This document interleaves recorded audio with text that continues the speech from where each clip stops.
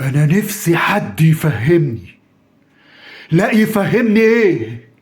انا نفسي في حد يديني بشاكوش على دماغي. هي فرقة النادي الاهلي رجالة وستات دي ايه؟ ها؟ عليهم روح تهزق الناس، عليهم روح تمسك اي حد تقل منه، ما بيكبروش لاي حد. يعني ايه فرقة تكسب التانية 11-0؟ ها؟ فهمهاني في علم كرة القدم. ازاي فريق يكسب فريق 11-0؟ 11-0 عمركم شفتوها في عالم كرة القدم؟ فرقة السيدات في النادي الأهلي بتغلب الجونة بدوري السيدات في أول نسخته، ويا ريته ما اتعمل، يا ريته ما اتعمل، عشان ده كان سواد على كل الفرق، سواد على كل الفرق، بما فيهم نادي الزمالك اللي فرقة النادي الأهلي خدته في أول الدوري السيدات غسيل ومكوى. النهارده فرقه النادي الاهلي للسيدات بتغلب 11-0. عندك اتنين لعيبه في المباراه بيجيبوا هاتريك. عمرك سمعت عن مباراه كره قدم فيهم لاعبتين بيجيبوا الاتنين هاتريك؟ تشارلي روبن تقريبا وحبيب عصام، تشارلي روبن وحبيب عصام الاتنين بيجيبوا هاتريك في مباراه. لا ده المباراه اللي قبلها ما كفاهمش ان سيدات الاتحاد السكندري انسحبوا وقالوا اي حجه، انسحبوا بعد ما اتغلبوا في الشوط الاول 8.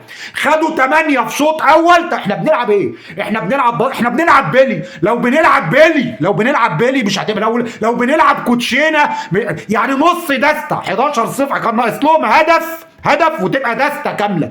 فرقه النادي الاهلي للسيدات متصدره الدوري ب 21 نقطه، 7 مباريات فوز على التوالي، 7 فوز على التوالي كده في اول موسم تقريبا بيتعمل في دوري السيدات. انا مش عارف هي فرقه النادي الاهلي سواء في السيدات او في الرجاله بيعلموا الناشئين ايه؟ بيقولوا الناشئين ايه؟ خلي عندكم غل، هينوا اي حد.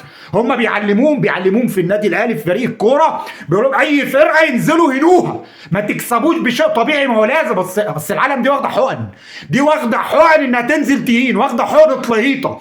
فرقه نازله تكسب فرقه 11 يعني عمرك سمعت في عالم كرة القدم عن ال 11 دي؟ لا ما سمعتهاش. عمرك سمع على فكرة فرقة الاتحاد السكندري انسحبت وطلعت لها حجة كده، قالت لك احنا ما انسحبناش.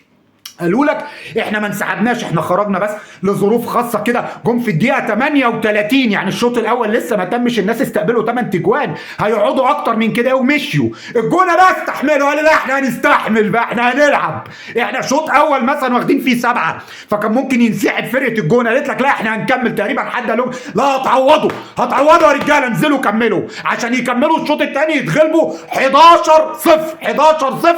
عمرنا ما شفناها في تاريخ كره القدم، لا في ستات ولا في رجاله، لكن اكيد هنشوفها على ايد النادي الاهلي. هنشوف كل حاجه على ايد النادي الاهلي. زي كان الفرق الكبيره في الكبار في الرجال زي الهلال والنصر والعين اللي شايل 3 واللي شايل 4 من النادي الاهلي، فرق كبيره وبيسموها زعماء وكبار اسيا.